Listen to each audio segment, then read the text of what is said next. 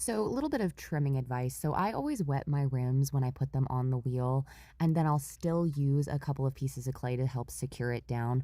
But once that rim has been wet and stuck to the wheel, you can actually remove those pieces of clay and use it to do this like trimming technique all the way from the bottom. It's a little bit risky, but I like doing it better than just using clay because if you're spending a lot of time trimming, those little balls of clay can dry out and get kind of sad, and then your piece goes flying, and then you're sad because it ended up on the floor and you just spent a lot of time on that. So I like the rim technique. You do have to fix your rims usually, but like that's easier. Now I am attaching handles.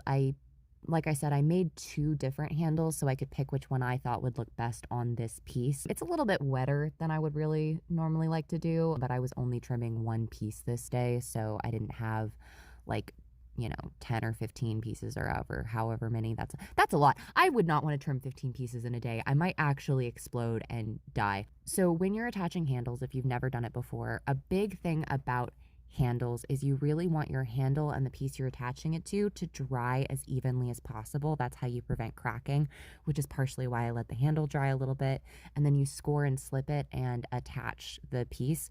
Now, one thing I don't have in this video, if you are a new to ceramics and you are watching this to learn anything, here's my one piece of advice that I think you should follow, and it's get a flat throwing sponge.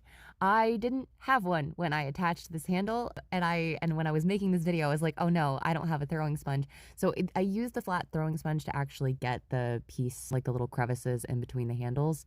But yeah, so we bisque fire our piece, and I did forget to film glazing these. So for anybody who knows anything about ceramics, the way that I did it is I dipped the whole thing in a flat matte black, and then I dipped the top edge in Charlie D. White, which is a matte white, and then I brushed the entire thing over with an orange taffy to try to get some like interesting color variation and some drippy drips. And I don't actually love a matte texture, so I'm trying to get that matte texture to go away. Unfortunately, because of the supply issues with IPK and some other stuff, we actually changed our glaze recipes. So it's not what I wanted it to look like, but it's still cool anyway. Also, if you know sign language and made it this far, what did I sign? What did I say?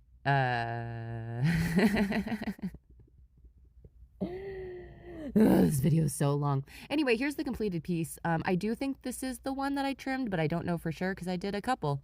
Anyway, thanks for listening.